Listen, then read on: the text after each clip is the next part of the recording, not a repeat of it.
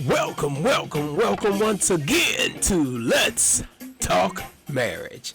This is Pastor Larry coming to you this Wednesday afternoon with Let's Talk Marriage. All right. We're going to get right on into our program on today. I hope everyone is doing well. If you woke up this morning, you are doing well. All right. We're going to get right into our program today. Our program today is going to be focusing on your soul mate. Many times we've talked about in the program recognizing your soulmate or knowing your soulmate or finding your soulmate for us fellows, finding your soulmate.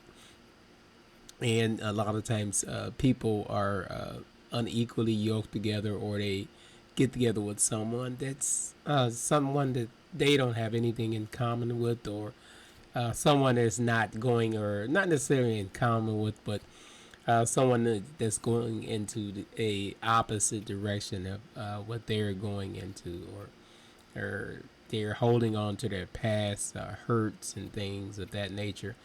We've talked about that many times in the program as well, about holding on to your past hurts. And many times we have past hurts that we hold on to, and we carry that baggage over into another relationship. But what we're going to be talking about is your soulmates. And I have a few notes here I'm going to be looking at here. In order to recognize your soulmate, you must first know yourself. That is so true. You have to know who you are, where you're going, and what you want in this life. And a lot of times people are move over into a marriage or agree to marry someone, and they have not dealt with things from their past, and they have not healed. You can't go into a marriage if you're wounded. You have to heal those past hurts. And if you are having problems where you can't deal with them on your own, you should seek, we've always said it on the program many times, seek professional help for your past hurts, because you don't want to go into a marriage carrying baggage from your past, because then those things will come up in your marriage. Here's number 2. Soulmate marriages can be well balanced, strong, positive, and there should be a lack of intimidation, manipulation, and abuse in a marriage of a soulmate, of soulmates. A soulmate should make you feel safe. Sometimes we live and learn, and things happen in your past. But the thing about it, when those things happen in your past, you have to deal with those things. They have to be dealt with. For instance, if you if you were a abuser, or someone that always talked negative to someone, when you go into a marriage, if you want that marriage to work, you need to deal with that, and get that not necessarily out of your system, but get someone or talk with someone so you can get that under control. That's the word we're looking for, under control, because you don't want to carry those things that you past mistakes into another marriage. And sometimes, because people can heal, that's what we have hospitals for. That's what we have doctors for. That's why we have therapists and marriage counselors. That's what they're there for, so you can heal. You can get past those things. If you were an abuser, or if you were on the other end of being abused, you can get past those things. Those things can be dealt with proper attention made to them through professional help. And a lot of times, especially in the black and brown community, a lot of people don't want to seek help or anything. They just go into a marriage and they think, oh, this guy or this person seems a lot nicer than the one I had before, not realizing that they're carrying those fears, those pains from a previous marriage, and that person might be good for them, or they might be the person that's right for them. But you can destroy that person that's right for you if you're carrying baggage over into a marriage, because the things that you feared or the things you went through in that first marriage or that first relationship, you're going to put those things on. They're going to come up in your new relationship or in your new marriage, and those are the things that cause a lot of arguments, cause a lot of pains, it cause a lot of distance between married couples, because you should. And we've always said it on this program many times. As a married couple, you should be enjoying yourselves. I'm not saying it's always going to be lovey-dovey, and we like to keep it real, but it's not hard. People like to say, "Oh, marriage is hard." No, it's not hard. We make it hard. A lot of things we that are easy, we always make hard. It's just human nature to look at the negative things. Just think about it. When everything is going right in your life and everything seems to be falling in place, uh, the first thing you think of is, oh, everything's just going so well. Something bad bound to happen. It's in our human nature to think negative sometimes. So you have to get that out of your system.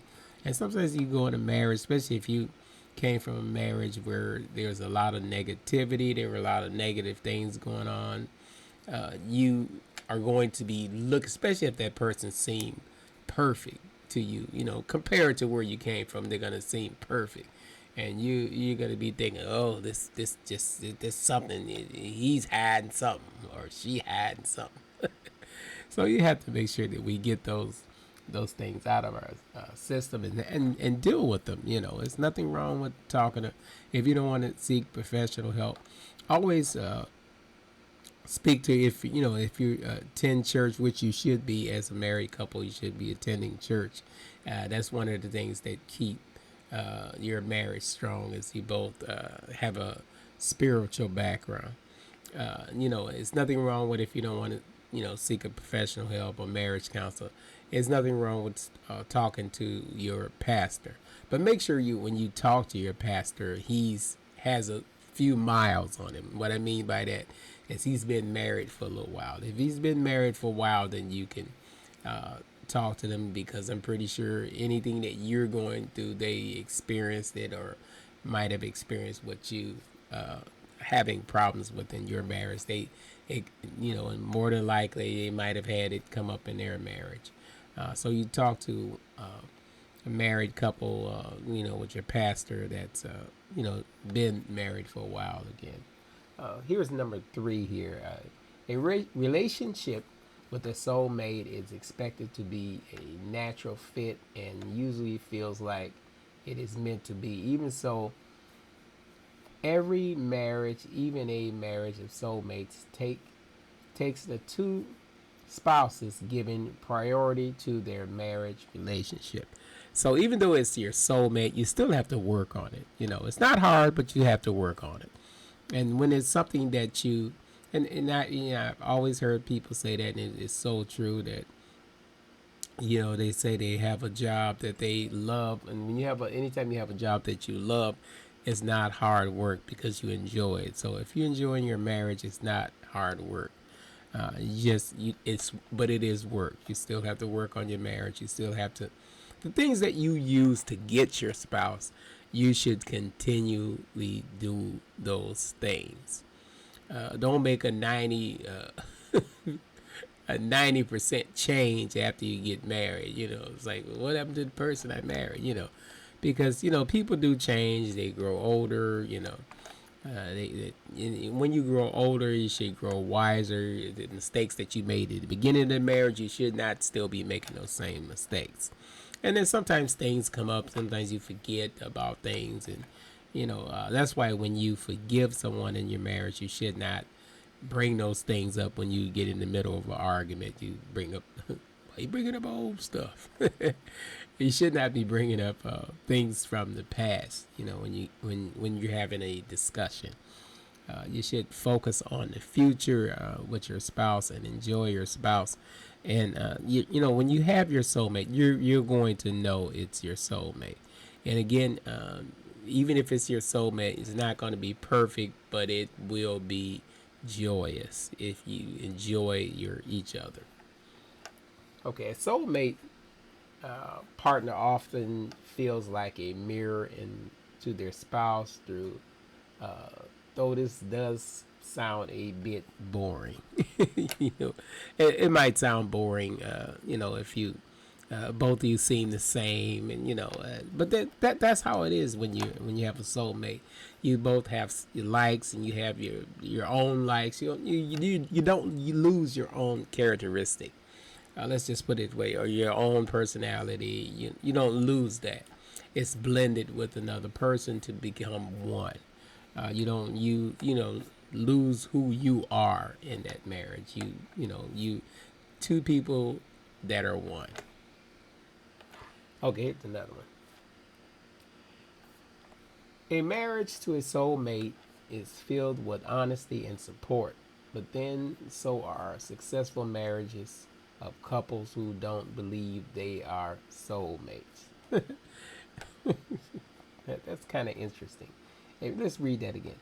A marriage to a soulmate is filled with honesty and support, but then so are successful marriages of couples who don't believe they are soulmates. You know, sometimes that kind of strange, but sometimes you hear people say, "Oh, when I married him, I couldn't stand him," and you know, after a while, you know, we got together, and you know, and now everything's all right. You know, it seems kind of strange, but it does happen. Sometimes you marry someone out of necessity, uh, and then you know you grow to become fond of them. Then you grow in love. But you should love someone right away, right off the bat, especially your soulmate. You're gonna know again. You're gonna know right away. Let's go to number 6. There is a sense of familiarity, allergy, and mutuality in a marriage to a soulmate, as well as a long-lasting marriage. You both are going to be familiar with each other. You're both going to know each other. When you're soulmates, you really know each other, and you know what their likes are. You know what their dislikes are. So anytime that you have a soulmate, or you know it's your soulmate, you're going to have some things that you're familiar with each other. You're going to know. You know, like sometimes people say, "Oh, I knew it was my wife calling before before I looked at the phone. I knew it was her." You know, you know each other. You know, when you're soulmates, at least you should know each other when you marry someone. That's why it's very important. We've said it many times on the program. Before you walk down the aisle, make sure you know who you are marrying. Don't just marry someone just because they have finance for financial gain. Don't marry someone for financial gain. That's what I'm trying to say here. Don't marry someone just for that. That's an important part of being, you know, marrying someone, but that should not be the reason why you're marrying them. Because if you don't love them, you should not be marrying them just because they have money. And a lot of times things like that happen, and then you know you down the road, and you have children, and you get children involved. You don't want to do anything like that. You want to make sure that you are marrying someone because you love them, and not lust. Love. There is a difference. And you know, and you're expected to complement each other as you excuse me, as you marry. You should complement each other, you know, in this day and age, you know, with everyone being so busy. You know, take the time to spend some time with your spouse. You don't always want to, you know, be away from your spouse. That's how you grow. Your love grows when you spend time with each other. You know, this time you know you spend apart. You know, doing things. You know, of course, when you're at work and things like that, you're not going to always be with them 24/7. But you make sure you spend that quality time with them, as well as with your children. When you have small children, make sure you are spending time with them as well, because before you know it, they're going to be grown, and when they start getting their own friends, they're not going to really want to hang around mom and dad. So make sure you spend that time with them. And we've said on the program many times, make sure you plan trips, have family vacations, and that's how you grow bonds with your spouse. And that way you can have things to look forward to, things to talk about, things to discuss. It wouldn't seem like every time you have a discussion is an argument. This discussions you can have that are positive, they're fulfilling. So make sure that we are doing these things, and just like the Bible said, he that finds a wife finds a good thing. And when you find a good thing, it's going to be your soul mate. And people should look at you and say, "Oh, you guys are good together. You guys complement each other very well. You guys make a wonderful couple. You guys are awesome." And when you're soulmates, it's always gonna come out. People are gonna always notice how well you complement each other. Okay, let's see what we have here. Soulmate can be soulmate marriages can be healthy, passionate, humorous. Soulmate partner can easily get a lot done by working together. And I've said that many times. In order for you to have something in your marriage, you have to work together. And we've mentioned that many, many times. That not mine's, not yours, but it's ours. In order for you to have something in your marriage, or if you want to have life goals or visions, you have to work together in a marriage. You're not working against each other. And there's so many times people are working against each other, and oh, he spent up all the money, and spending up all my money, and that causes serious arguments. And here's the other part there: it should be healthy, passionate. You should be passionate about your wife, and she should always be your number one. Your wife should always be your number one. You should always fall in love with her over and over and over again. Yeah, okay, now here, humorous. You should, learn to laugh together. Everything is not, even though this world is serious and there's so many things going in it, laughter is like a good medicine. Laugh with your spouse, enjoy each other's company, just have a good time together and enjoy each other. Because life is so short. People are leaving here. We suffered so many losses this year, and in a year before, it seemed like the last few years has been a lot of loss within the families and things like that. So that's why you have to make sure that you stay close with your wife, stay close with your family, stay close with your children, allow them to voice their opinions. There's nothing wrong with your children voicing their opinions. When you want to say something, when you want to get something done, trust me, you're going to voice your own opinion, even if it is your supervisor or at work. So make sure that, we allow our children to voice their opinions. That don't mean you're going to do everything they say, but they should feel like they have a voice. And then that way, when they get out in the real world, they'll be able to voice their opinion. They won't, let people take advantage of them because they'll learn to voice their opinions. Okay, couples who are soulmates often take joy in watching the growth of one another. That is so true. When you first got married, you noticed that you were at a certain level, and now that you notice that the growth within your marriage, how before you used to always have to get your husband to clean up, and you'd be a big argument. As you go on, as growth. There's growth in your soulmate as a marriage, your soulmate marriage.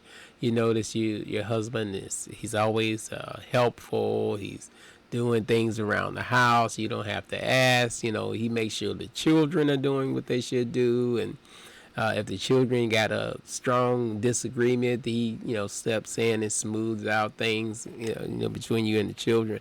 That's how you notice the growth in your marriage. You notice before your wife used to spend everything, or the husband used to spend everything.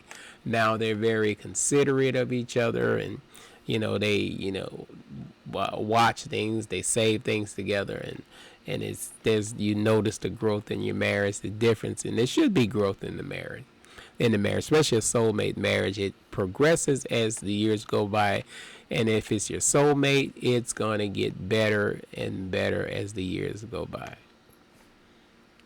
All right.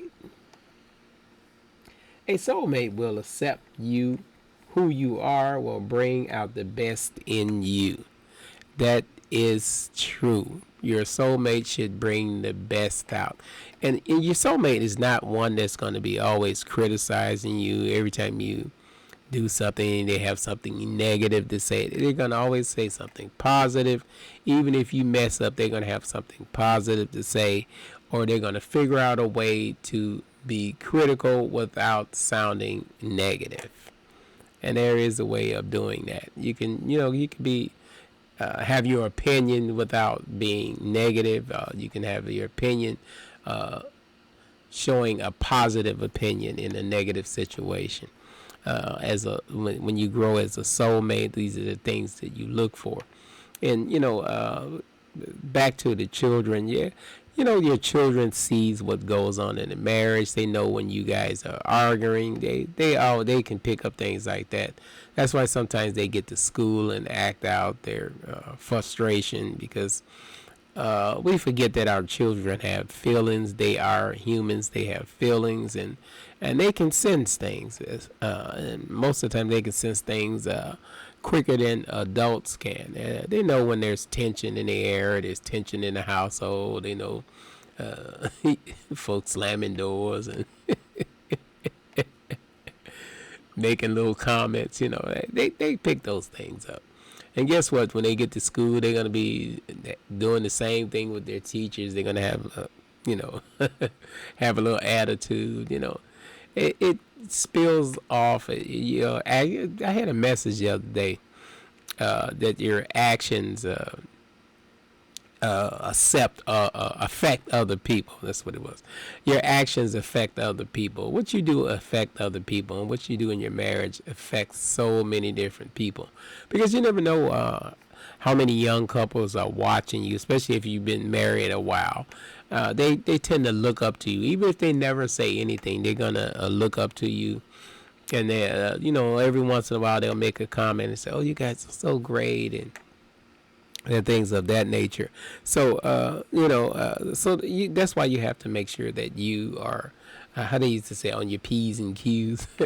When you're a soulmate, you have to set an example, especially if your spouse is in the ministry. If you had a disagreement before you got to church, you don't want to get to church. You should, first of all, you should hash that out before you even get to church. But then you don't want to get to church and, you rolling your eyes at him and he making comments about you. And, you don't want that to happen, where your spouse is making comments about you in public, and then that causes a whole nother scene. So make sure that when you're with your soulmate, enjoy each other. I can't stress that enough, how we should be enjoying each other in this life. It's again, it's so short. Make sure that we are enjoying each other. And again, make sure we are enjoying our children, even if they're adults moved out. Make sure you enjoy them. When you have them come over to the house, make it a joyous occasion, not one of those occasions where everybody get into an argument over something crazy. Make it a joyous occasion, and and even if your children are grown, still take trips with them. You just do it as a family outing. There's nothing wrong with that. Do a family trip every once in a while, even if it's not every year. Just make sure you plan to have a family outing sometime. And when you have family outings, there's memories that are set there, and you can things you can talk about. Instead of talking about things that are negative, we tend to always, as human beings, we can easily find negative things to talk about. But when you have positive things to talk about, make sure we are talking about those things and enjoying each other in our marriages. Because marriage is a wonderful thing. I've said it before on here. It's highly underrated. Marriage is highly underrated. But it's a wonderful institution that God designed for couples to become one. And it's really beautiful. So make sure when you hear about a young couple contemplating on getting married, make sure you really encourage them. Don't tell them, y'all think about getting married, you better think twice. Don't say nothing like that. Marriage is hard. I've been, because I've heard people say, I've been married to so and so for 30 years. We had our tries. If I had to do it all, no, don't tell nobody that. Especially if you notice that they compliment each other, and could say encouraging things. Don't give them no negative stories and all that. Now, if they ask you, have you always been that? Then you tell them, but then you figure out a way to tell them in a positive way. You tell them we had this issue, but then we talked about it and we worked it out, and now we don't have that issue anymore. That way they can come to you when they have issues in their young marriage. You don't want them to say, oh, I'm going to go to them because they're some negative people. Look at them. Why are they even still together? Look at them. Okay. All right, we're going to be signing off. This is Pastor Larry. Until we meet again on Let's Talk Marriage. All right. Now, remember, all the music that you hear on this program is from a wonderful app called Whoop Triggers Plus. It's available on the Android platform as well as the Apple platform or the Mac platform. This is Pastor Larry. Until we meet again on Let's Talk Marriage. Now, in the future, we're going to probably start trying to go live. I got to figure out a time that we're going to be going live, but we will be going live in the near future. This is Pastor Larry saying once again, let's talk marriage.